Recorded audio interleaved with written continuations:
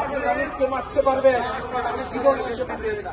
আপনি যত বড় বৈজ্ঞানিক, যত বড় সায়েন্টিস্ট, যত বড় জ্ঞানী মানুষকে আপনি সৃষ্টি করতে পারবেন না, তাকে মানুষকে আপনি হত্যা করতে পারবেন না। নির্মম ভাবে শেখ মুজিবের পরিবার নিহত হলো, জিয়াউর রহমানের উত্থান হলো, এই দেশের জাতীয় পার্টির আদর্শ প্রতিষ্ঠা হলো। বন্ধুগণ, তারপর কি হলো? 81 সালে জিয়াউর রহমানকে মেরে ফেলল। বাংলাদেশে কোন স্টেটসম্যান গড়ে তুলতে দিবে না, বাংলাদেশকে কোন যথাযোগ্য যোগ্য নেতৃত্ব করে দিতে যাবে না।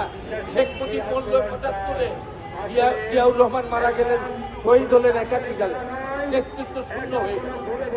তারপর পর্যায়ক্রমিকভাবে আবার গণতান্ত্রিক ধারা প্রতিষ্ঠিত হইল, এই দেশে আন্দোলন হইল।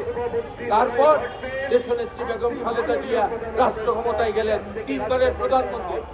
আজকে দেখেন, এই দেশনেত্রীকে মেরে ফেলার জন্য হাসিনার ষড়যন্ত্র দেখে জেলখানায়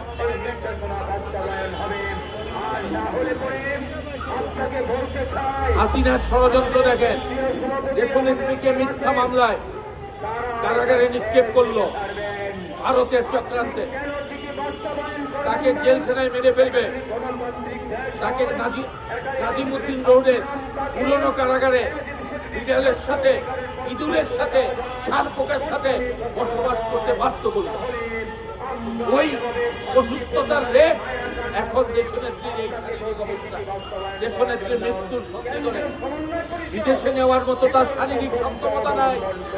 দেশনেত্রী এবার গিয়ালে মুমূর্ষ অবস্থার মধ্যে আছে। এর জন্য দায়ী হাসিনা, আর হাসিনার সাথে দায়ী ভারত। ভারত আমাদের গণতন্ত্রকে বিশুদ্ধ করবার জন্য মুজিবের কন্যা হাসিনা, দেশের কুলাঙ্গার, এই দেশকে ধ্বংসকারী, তাকে রাষ্ট্র ক্ষমতায় বসিয়ে নিষ্পেষণ করে বাংলাদেশের মানুষের অধিকারকে তারা কেড়ে দিল। গেল সেই chapter.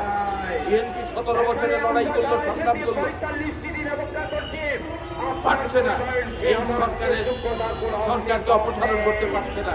Military, police, BGB, answer সবাই হাসিনার পক্ষে।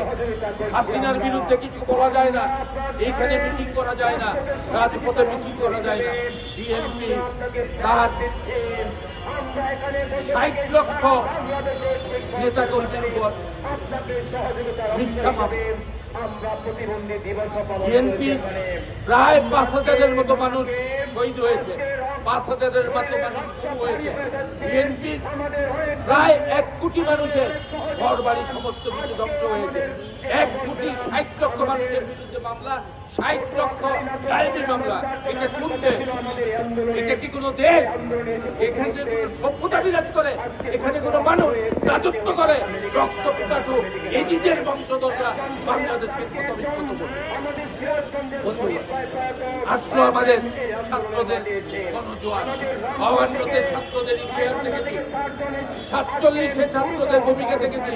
পাকিস্তান অর্জন করছে, তাদের মুখে স্লোগান ছিল লড়কে লেগে পাকিস্তান, স্লোগান ছিল মুসলমান ছাত্রদের মধ্যে। তারপর 52-তে ছাত্ররা রাজপথে নেমে ভাষার আন্দোলন করল। তারপর 62 সালে উচ্চ কোথা শিক্ষা কমিশনের বিরুদ্ধে এই ছাত্ররা আবার রাজপথ রঞ্জিত করল। তারপর 69-এর গণঅভ্যুত্থানে মুক্তিযোদ্ধাদের আছেনরা নিজের জীবনের বিনিময়ে আইয়ুবকে হটিয়ে দিল। এই যে